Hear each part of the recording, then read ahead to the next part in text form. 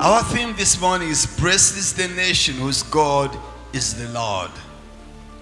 Blessed is the nation whose God is the Lord. And let's go to Psalms 33, verse 12. It said, Blessed is the nation whose God is the Lord, the people he chose for his inheritance. Psalms 33, verse 12. When Uganda got independence from Great Britain in 1962, the godfathers of the nation saw it fitting to give us this wonderful motto: for God and my what? My country. This motto serves as the mission statement of every Ugandan citizens. In fact, when we are growing in school, every morning we had to recite it: for God and my country. It was very important. This is the mission statement, that you think about God and then what? Your country. It is the flagmast of the nation. It has to fly high to show that we as Ugandans, we are God-fearing, and also we believe in our country and we are interested in the development of our country. So this mission statement gives us the foundation of our values. The values are very important because those are the ones which govern you. It means that we have to fear God. We have to love each other. We have to love this nation. Love your nation. Love Uganda. Many of us get a wrong concoction or understanding or idea, and you think Uganda belongs to one person. No, Uganda is for Ugandans. It is for you and me and our children.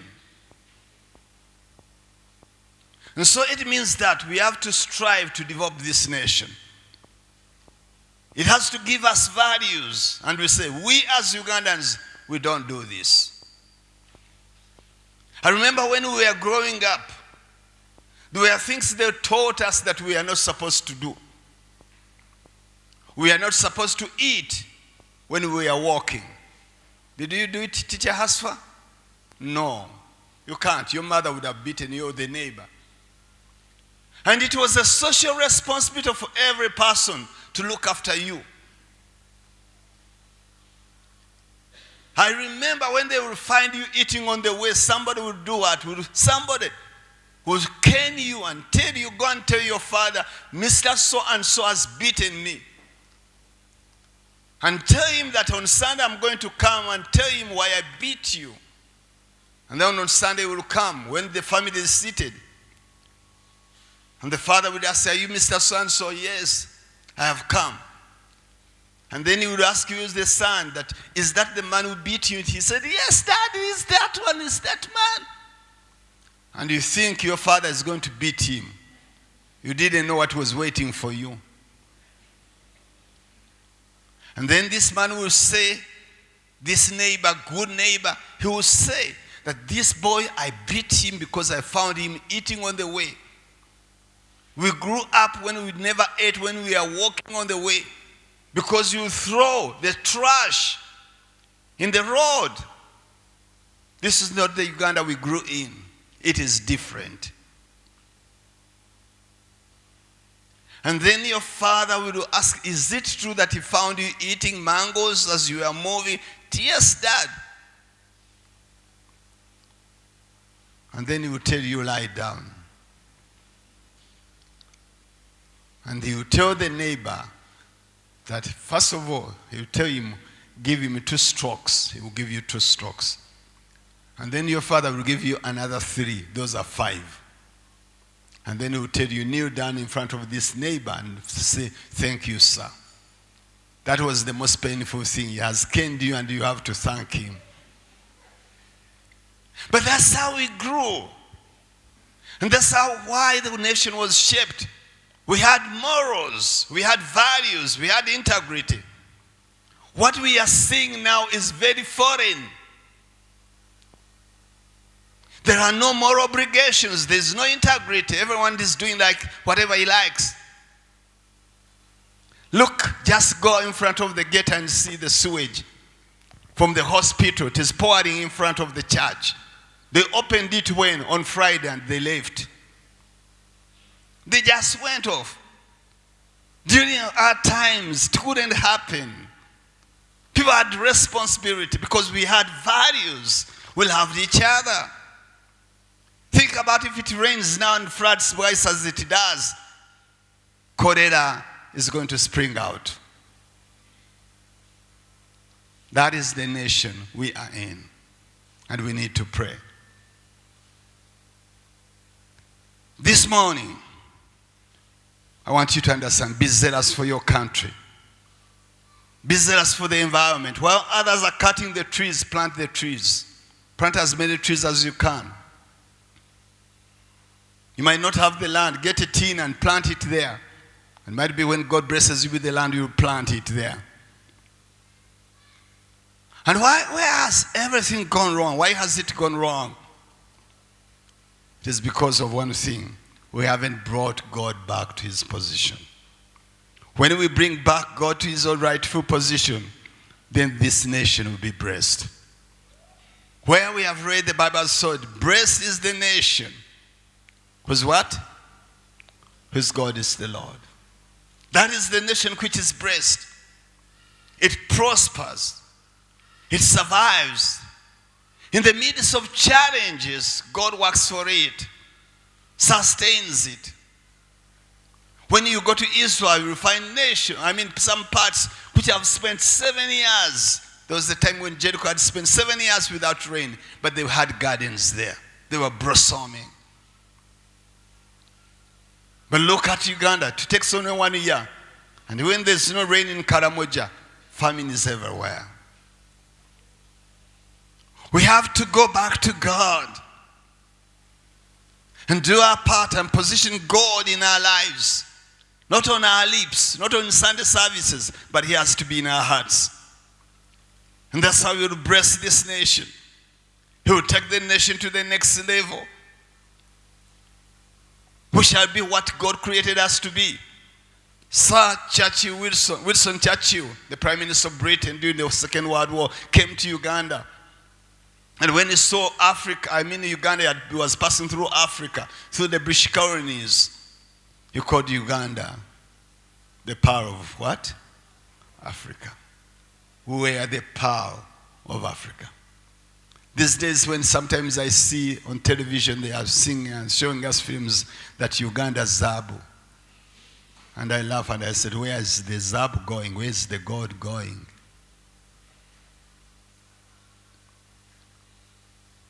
We need to arise back to the Bible truth and do what we are supposed to do.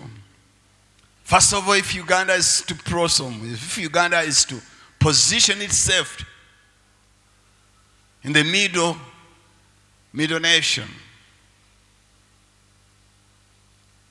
to come from the third world, to go to the next level, let's go back to God and put the values which the founding father of this nation laid down for God and what?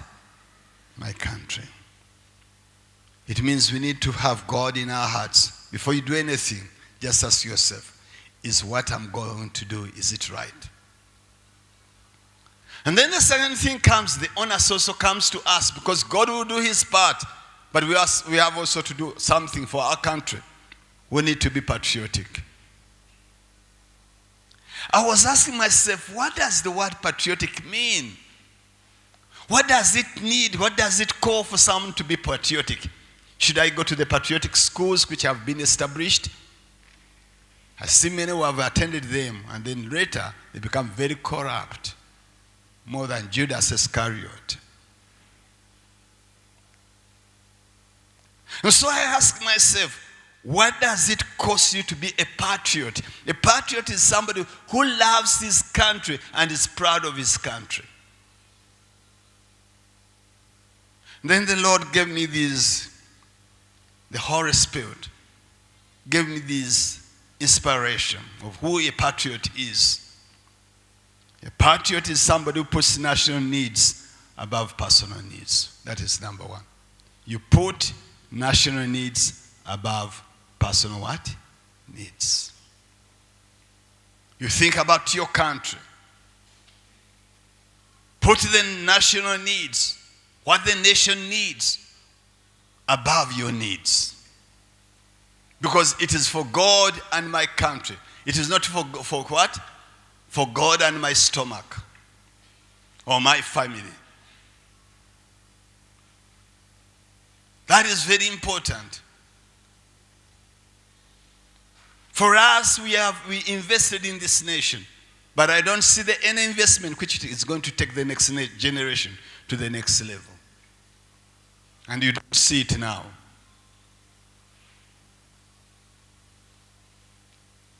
A, attach your values on the national motto. Attach your values. Just write the word acronym, the acronym of word patriot. That is what I want to talk about. Just write it down vertically. Attach your values on the national motto. For God and what? My country. Have values. And say, this one I won't do it. One time I was driving on Yusuf Road, and I see these young girls and boys, they were driving from Kororo, very young, about 18 to 20 years. And they are driving these heavy machines. And what surprised me was one. They had been eating trash, and when they reached there, they pulled out every trash they were eating and threw it in the road, and they drove off. You have no value. You might be driving that vehicle, but you have no value. You can do anything. Be a person with value and say, I won't do this. You are not a pig that everything they put before you, you just eat it. Just say, this one I won't do it because I am saved. I won't do this because I'm a Ugandan.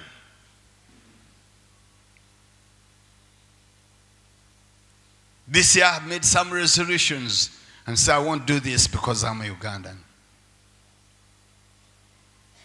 Let us do some things and say no. Let us resolve and say no, I won't do this because I'm a Ugandan. Because this country belongs to you and your children. It belongs to me and my children. I'm a Ugandan by descent. I never chose myself to be a Ugandan. My parents were Ugandans. We can trace our ancestry several years, hundreds of years behind. I know my great-great-great-grandfather, my great-grandfather, my great-grandfather, my grandfather, my father, and so on. And the maternal and the paternal. And also you, that's what you are. So this nation is yours. So attach your values, what you do, on the motto of the nation, for God and my country. Have integrity, love, truth, and others. T, treat others as you would want them to treat you. You can read that one in Matthew 7:12. That's what Jesus Christ told that man. Treat others as you would want others to treat you. Let us treat other Ugandans with equality. They are men and women of value.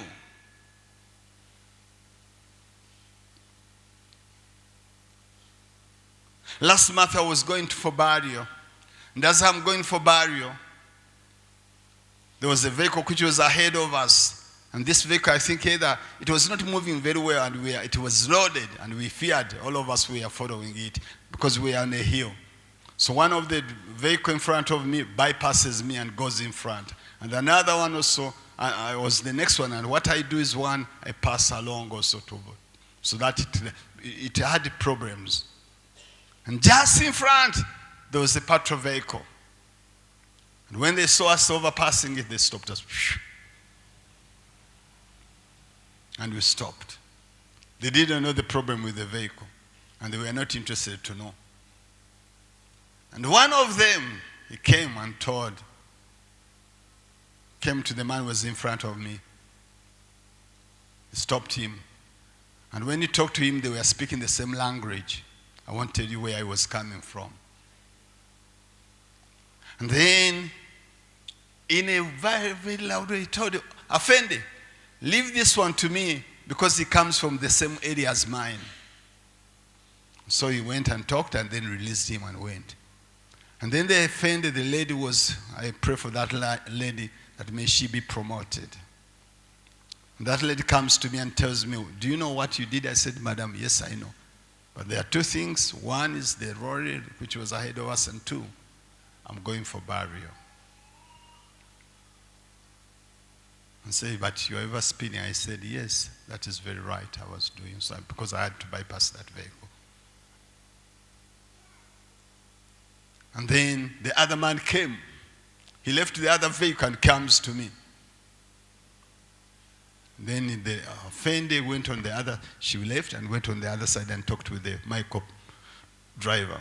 Then he comes, do you know what you are doing? Do you know that you are bypassed? And when he was telling the other guy, the lady who was heading them that, leave this one to me, he didn't know that I was hearing. And then he started to do what? To ask me questions. Why are you overpassed and so on? I told him that as you are judging me, there is somebody who will judge you. And he said, no, our judgment is here. The court is here. He wanted me to give him a bribe. I was not ready to do so. And then this lady went and asked my co-pilot and said, are you going for burial? He said, yes. Told us, okay, you can go. But drive well. And this man was tough on me. Ugandans, for Ugandans, I ask you kindly, if you are patriotic and you love your country, treat others as you would want them to do what? To treat you. R, respect the rule of the law. Respect the rule of the law. Respect the law. That is very important. When they were testing Jesus Christ whether they should pay tax, he told them, give to Caesar what is of Caesar and God of what is of what? Of God. Mark 12 verse 17, you remember that. Respect the rule of the law. Let us be law-abiding citizens.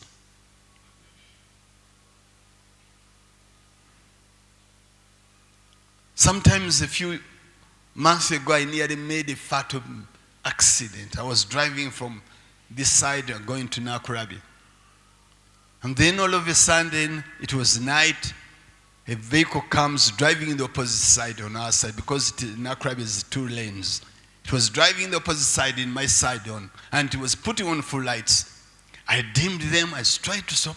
On this side, we left this lane to the borders, and we are supposed to drive on one lane. And what? We nearly knocked each other with a police vehicle. The law keepers, we are breaking the law.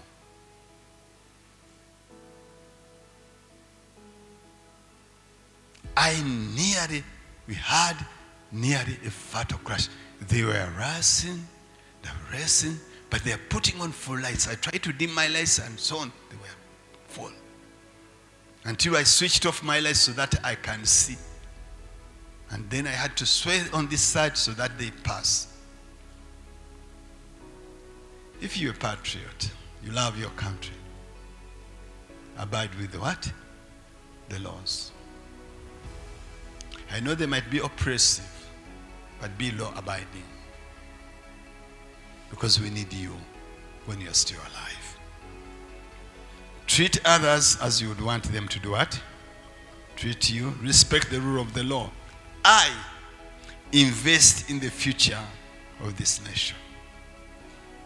Invest in the future of this nation. If you are to go to invest in the future of this nation, invest in people. Invest in the next generation. Invest in the future of this nation by influencing the next generation positively and impacting your surroundings. Let us invest in the future in our people and also impact our surroundings, the environment around us. When Kabaka Mutebi was giving us the message, you remember he talked about what? The environment. And it is very important. If you have eyes, go and see what is happening to Pakistan. And this thing will come here. We think it is very far. We have to influence the next generation and tell them, don't do this, don't do this, don't pour this, and don't do this. Sometimes I'm walking on the water channel and children are there. They are about to fall into the water channel and I tell them, I get the child and say, please don't pray near this. And the people tell me, Pastor, leave those. Those children in Chimombasa used to pray like that. But he can't fall there and we miss a doctor. The best surgeon is in the brains of that person. You know, thieves always produce intellectuals if you don't know. There's no thief who is a fool. They are very wise. They can do anything. So they have produced a lot of children in this area. Let it be a corporate responsibility to influence the next generation. Invest in the future.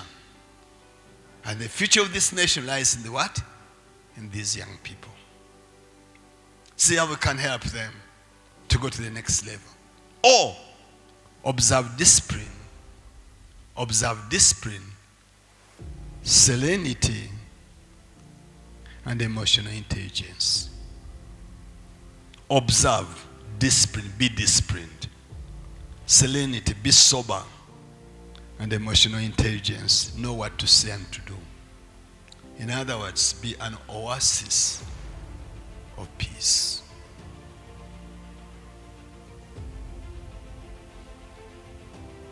Be a peacemaker. Observe discipline. You will be challenged, they will abuse you, they will say this and this. Observe discipline, be disciplined. And that is very important. And here's I'm winding up. Transcend above tribal, racial, religious, and gender prejudices. Don't be biased because of somebody's tribe. Don't be biased because of somebody's gender. Don't be biased because of somebody's what? Religion. Treat people equally. Love them. May God help us as we move to the next level. I know the Lord is taking us to the next level. We are now 60 years since independence. And I know, I perceive in the Spirit, the Lord is taking this nation to another level. He's taking us there. I want to conclude with this. Jeremiah 29 verse 11 to 13. For I know the plans I have for you, declares the Lord. Plans to prosper you and not to harm you. Plans to give you hope and a future. Then you will call upon me. Come and pray to me, and I will listen to you.